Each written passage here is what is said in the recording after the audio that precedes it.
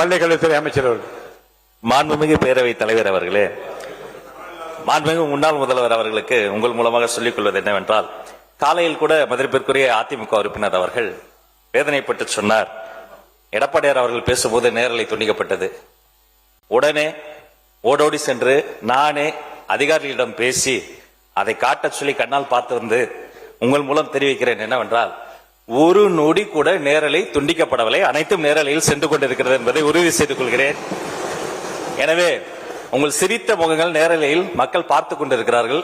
எனவே பேசும்போது அந்த துறை சார்ந்த கவனமாக பேச வேண்டும், மக்கள் பார்த்துக் கொண்டிருக்கிறார்கள் என்பதை உங்கள் மூலமாக உறுப்பினர்கள் தெரிவித்துக் கொள்கிறேன். முடிச்சிருங்க. மாண்புமிகு பேரவைத் தலைவர்,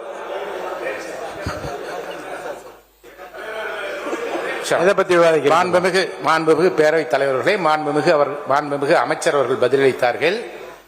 வெளியிலே பொதுமக்கள் பார்த்து கொண்டிருந்த பொழுது எங்களுடைய மரியாதைக்குரிய முன்னாள் முதலமைச்சர் அவர்கள் பேசுகின்ற அந்த நேரலை துண்டிக்கப்பட்டது என்று வெளியிலே இருந்து எங்களுக்கு தகவல் சொல்றார்கள். இங்கே பதிவு செய்யப்பட்டது, ஆனால் வெளியிலே ஒளிபரப்பு செய்யப்படவில்லை என்பதுதான் நிதர்சனமான உண்மை. இதை மறுக்க கூடாது. நான் அவையிலிருந்து இப்ப வெளியே சென்று வருகிற போதும் துறையினுடைய உயரதிகாரி சந்தித்து என்ன நடந்தது பற்றி விளக்கம் கேட்டேன். 10 நிமிடத்தில் எனக்கு பதில் சொன்னார்கள். ஒரு நிமிடம் கூட அது தடையில்லாமல் தான் சென்ற தகவல் எனக்கு தெரிவித்திருக்கிறார்கள். சில இடங்களில் சில ஊர்களில் சில பேருங்க கொஞ்சம் கவனிங்க, ஆர்வமாக பார்த்து கொண்டிருக்கிற போது சில வீடுகளில் ஏற்பட்டிருக்கிற தடங்கள் காரணமாக பார்க்க முடியாமல் போயிருக்குமே தவிர, இங்கே இருந்து எந்த விதமான உத்தரவோ இங்கே இருந்து எந்த ஒளிபரப்பை தடுக்க வேண்டிய எண்ணமோ இல்லை என்பதை நான் தெளிவுபடுத்த விரும்புகிறேன். மாண்புமிகு உறுப்பினர் கணேஷ்குமார் முடிச்சு இதை சொல்லி இதை பத்தி முடிச்சிருங்க. இது போதும். இது இல்ல வேணா உட்காருங்க. உட்காருங்க, எனக்கு தெரியும் நீங்க எதை கேட்க வரீங்கன்னு எனக்கு தெரியும். தயவுசெய்து உட்காருங்க. நம்முடைய அரசு நீட்டுக்கு எதிரான ஒரு மிகப்பெரிய ஒரு எதிர்ப்பையும் ஒரு உறுதித்தன்மையும் இந்த பட்ஜெட்ல தெரிவித்திருக்கிறார்கள். இதே நேரத்தில் என் தொகுதி சார்ந்த ஒரு கோரிக்கையை மட்டும் நான் இங்கே வைக்க விரும்புகிறேன். ஏனென்று சொன்னால், இந்த நீட்டினால தமிழ்நாட்டில் ஏற்பட்ட 2வது மரணம் செஞ்சி தொகுதி பெருவலூர் கிராமம் என்கின்ற கிராமத்தில் பார்த்திபா என்ற ஒரு மாணவி கிராமப்புறத்தில் அரசு பள்ளியில் படித்து நீட்ல தேர்வு செய்ய முடியாத தற்கொலையில் செய்து கொண்டால், அப்பொழுது அந்த இறப்பிற்கு அப்பொழுதைய எதிர்க்கட்சி தலைவராக இருந்த முன்னாள் முதலமைச்சர் மதிப்புக்கு மரியாதைக்குரிய ஐயா மு.க. ஸ்டாலின் அவர்கள் நேரிலே வந்து பார்த்தார்கள். அப்ப அந்த மக்கள் எல்லாம் அவருக்கு தெரிவித்த கோரிக்கை என்னவென்று சொன்னால், அந்த ஊர்ல ஒரு துணை சுகாதார நிலையம் செயல்பட்டு கொண்டு வந்தது. அந்த துணை சுகாதார நிலையம் இடிக்கப்பட்டு விட்ட காரணத்தினால அந்த பிள்ளை அங்க கொண்டு போயிருந்தா நாங்க காப்பாத்திருக்கலாம். எங்களால இங்கிருந்து சேத்பட்டு வரைக்கும் கொண்டு போவது காலத்துக்குள்ள அந்த பிள்ளை இறந்து விட்டார்கள் என்று சொன்னார்கள். அந்த சம்பவம் நடந்து இன்று வரை 8 ஆண்டு காலம் ஆகிறது.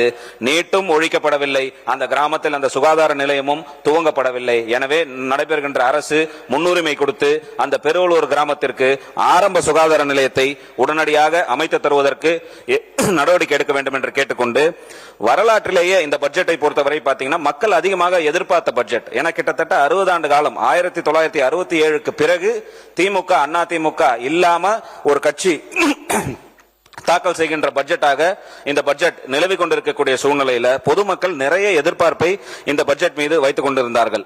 உதாரணத்துக்கு சொல்ல வேண்டும் என்று சொன்னால், நடைபெறுகின்ற ஆட்சி என்பது கிட்டத்தட்ட 392 வாக்குறுதிகளை தேர்தலுக்கு முன்னால் இந்த மக்களுக்கு கொடுத்துதான் ஆட்சிக்கு வந்தார்கள். அதில் வெறும் 4 வாக்குறுதிகள் மட்டும்தான் இதுவரை நடைமுறைப்படுத்தப்பட்டிருக்கிறது. இது குறித்த அறிவிப்புகள் இந்த பட்ஜெட்ல இருக்கும்னு மக்கள் பெரிதளவில் எதிர்பார்த்தார்கள்.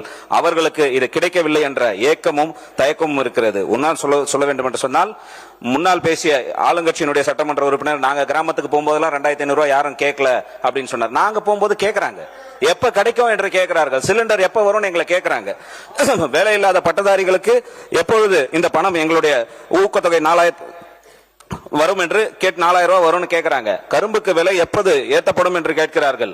அது மட்டும் இல்லாம நெல்லுக்கு குவிண்டாலுக்கு 3500 ரூபாய் இப்பதான் சார் ஆரம்பிக்கிறேன், இன்னொரு 5 நிமிஷம் முடிச்சிடறேன் என்று கேட்கிறார்கள். இதையெல்லாம் 30 நிமிஷம் இடையூறு சேர்த்து 30 நிமிஷம் உங்களுக்கு கொடுத்துருக்கோம். நீங்க உங்க தொகுதியை பற்றி மட்டும் 12 நிமிஷம் பேசியிருக்கீங்க.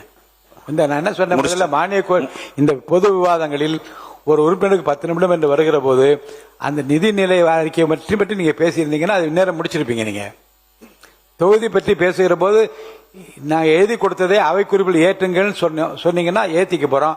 அதே நீங்க வந்து பின்னாடி எடுத்துட்டு போய் உங்க தொகுதியில் புத்தகமாகவோ நோட்டீஸ் அடிச்சு கூட நீங்க கொடுக்கலாம். அதை பற்றி நிறைய நேரம் எடுத்துக்கொண்டில்லானால் மானிய கோரிக்கை பற்றி பேசுவதற்கு காலம் இல்லாமல் போய்விடுகிறது. முடிச்சிருங்க.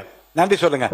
அவர்களே, தொகுதி பத்தி நிறைய வச்சிருக்கேன், அது அப்புறம் கொடுக்குறேன். நான் வந்து அந்த கொள்கை சார்ந்து வரக்கூடிய விஷயங்கள் மட்டும்தான் நான் தொகுதி சார்ந்து நாங்க பேசினே தவிர அதை தாண்டி இது போன்ற விஷயங்கள் எல்லாம் இந்த நிதிநிலை அறிக்கையில் இடம்பெறாதது ஒரு மக்களிடையே ஒரு ஏமாற்றத்தை ஏற்படுகின்ற பட்ஜெட்டாக இருந்து கொண்டிருக்கிறது.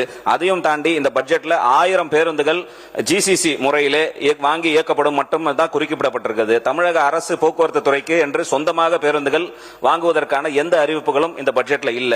அப்பொழுது இயல்பாகவே இந்த போக்குவரத்து துறை ஒரு தனியார் மயமாக்கப்படுகிறதா என்ற கேள்வியும் ஐயமும் எழுந்து கொண்டிருக்கிறது. என பல கிராமங்கள்ல இன்னைக்கு பள்ளிக்கூடத்துக்கு பேருந்துகள் இல்ல. அரசாங்கம் தான் அந்த பள்ளிக்கூடத்துக்கெல்லாம் பேருந்துகள் இயக்கப்பட வேண்டும். அப்பொழுது அரசாங்கத்திற்கு என்று புதிய பேருந்துகள் வாங்க வேண்டும் என்பது மிக அவசியமான ஒன்றாக இருந்து கொண்டிருக்கிறது. குட்கிராமத்துக்கெல்லாம் இன்னும் செஞ்சி தொகுதியில கரடிக்குப்பம் போன்ற கிராமத்துக்கெல்லாம் பேருந்து இது வரைக்கும் சுதந்திரம் அடைஞ்சு பார்க்கல. அதற்கெல்லாம் புதிய வசதி ஏற்படுத்த வேண்டும் என்று சொன்னால் புதிய பேருந்துகள் வாங்கப்பட வேண்டும். அப்படி எந்த அறிவிப்பும் இந்த தேர்தலில் இல்லை என்பதுதான். எதையும் தாண்டி நான் முன்னாடி குறிப்பிட்டதெல்லாம் மாண்புமிகு நிதித்துறை அமைச்சரும் சரி, நிதித்துறை செயலாளரும் சரி, இந்த கடன் சுமையெல்லாம் தீர்ப்பதற்கு 2 ஆண்டு காலம் ஆகும் என்று சொல்லியிருக்கிறார்கள். அப்ப 2 ஆண்டு காலத்திற்கு இந்த உங்களுடைய தேர்தல் அறிவிப்புகள் எல்லாம் நடைமுறைக்கு வராது என்ற பொருள் ஆகிவிடும். அது வருமா வராதா என்பதை இந்த அரசாங்கம் தான் தெளிவுபடுத்த வேண்டும்.